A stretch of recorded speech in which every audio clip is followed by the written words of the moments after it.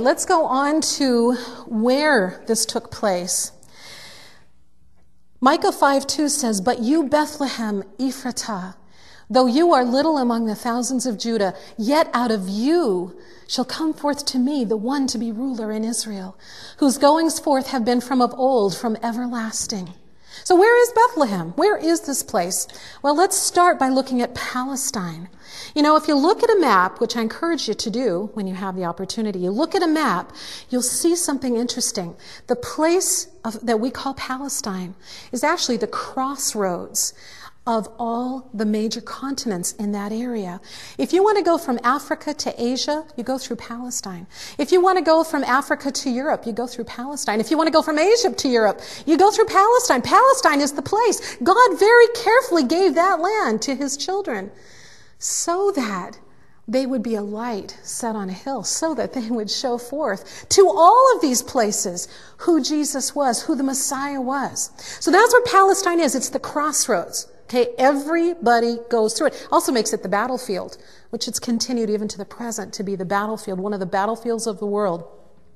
Now, Jerusalem is the big city. That's the big city. That's the metropolitan city of this area. In fact, I'd like to read a little bit out of a book by Alfred Edersheim called Jesus the Messiah. He wrote this during the 1800s.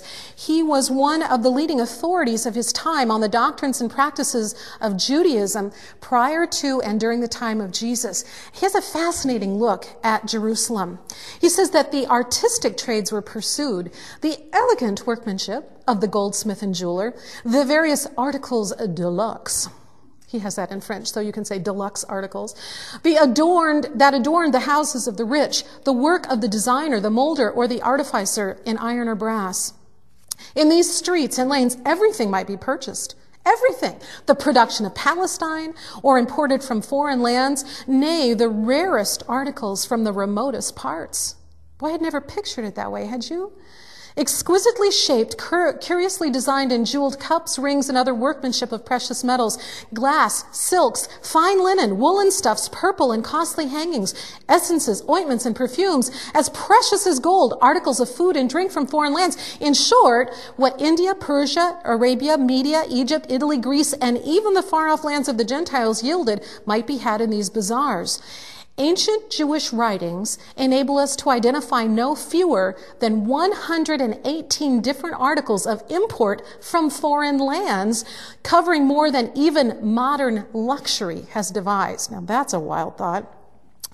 Articles of luxury, especially from abroad, fetched indeed enormous prices. But on the other hand, the cost of common living was very low. So you have in Jerusalem this huge difference between the very, very wealthy, who had everything that their little hearts could imagine brought into them. This is a metropolitan area. Everything is for sale there.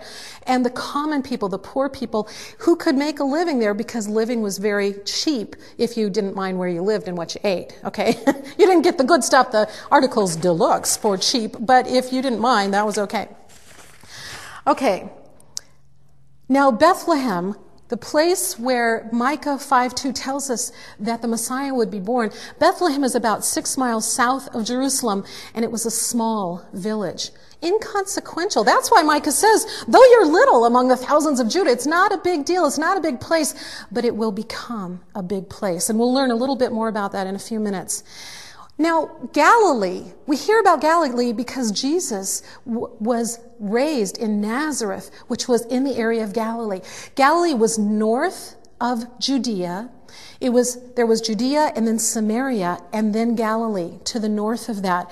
It's kind of funny because the description of Galilee comes in history. In the time of David, this territory was united with his kingdom, and for services rendered in the building of the temple, Solomon gave Hiram, the king of Tyre. Do you remember when the king of Tyre helped Solomon with the temple? He gave him 20 cities in the land of Galilee. Well, thanks. But it seems that Hiram was not quite satisfied, for when he came out to look at the cities, they pleased him not, quote unquote, and he called them the land of Kabul to this day, which means disgusting. Okay, so Galilee had this reputation of being sort of disgusting. But during the time of Jesus, it's interesting, they said because the soil was so rich and agriculture was pretty good up in Galilee, they said, the common saying was, if a person wishes to be rich, let him go north. If he wants to be wise, let him come south, to Jerusalem. So that was the attitude. There was this real snobbishness among the people in Judea towards the people in Galilee, and especially in Nazareth. But what was Nazareth like? Well, it's kind of interesting. Again, drawing from Alfred Edersheim, who did a lot of research on this, he talks about that there was a great caravan road that went from the Mediterranean all the way to Damascus.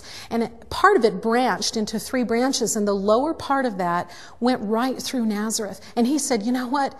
Nazareth had people of all places, of all languages, of all cultures, walking through it every day. That's an interesting perspective. That gives us a new sense of what Nazareth was like. He said also that it was probably one of the priest centers for the temple.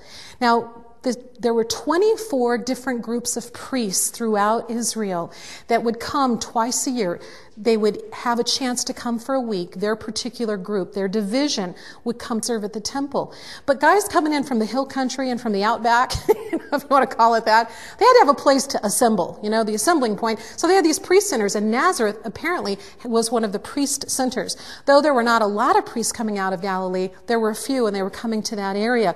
So Edersheim says this, thus to take the wider view, a double symbolic significance attached to Nazareth, since through it passed alike those who carried on the traffic of the world and those who ministered in the temple. Interesting where God would have his son be raised.